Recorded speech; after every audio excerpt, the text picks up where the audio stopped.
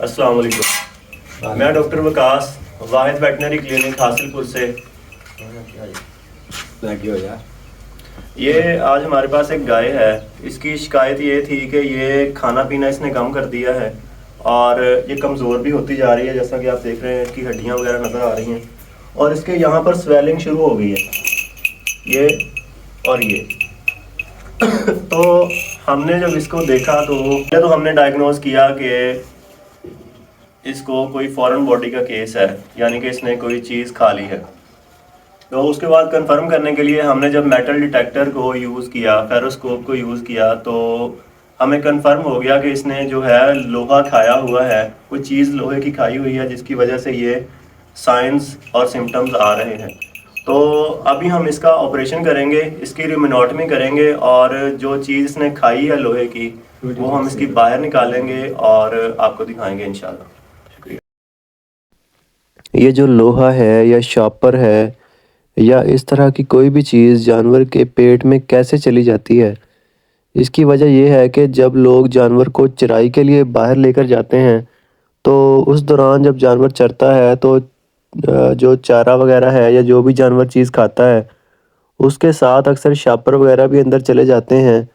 और जो लोहा है वो अक्सर टुकड़ों में होता है, जो लोग टुकड़े कबाड़ से लेकर या रेडी वाले से लेकर टुकड़े डालते हैं उनमें अक्सर लोहे की चीज़ें होती हैं। वो जानवर के जो चारा है उसके साथ या टुकड़ों के साथ जो है वो मैदे में चली जाती हैं और आहिस्ता आहिस्ता वो जानवर को नुकसान पहुंचाना शुरू कर देती हैं।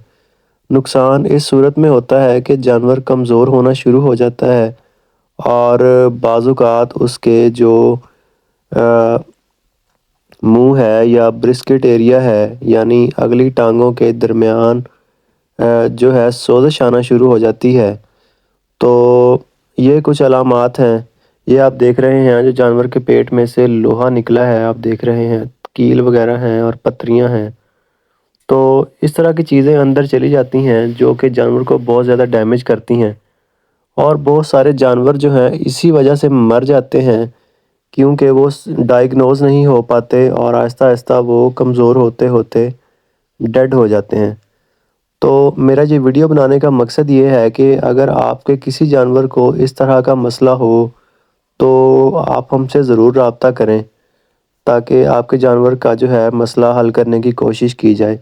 ये ऑपरेशन से अगले दिन की वीडियो आप देख रहे हैं। जानवर अल्हम्दुलिल्लाह बिल्कुल ठीक चारा खा रहा है और जुगाली कर रहा है, इसको किसी किस्म का कोई मसला नहीं है अल्हम्दुलिल्लाह।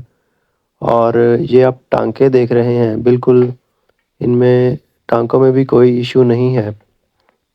तो अगर आपके भी किसी जानवर को मैदे का किसी किस्म का कोई मसला हो तो हमसे रब्ता कर सकते हैं। शुक्रिया।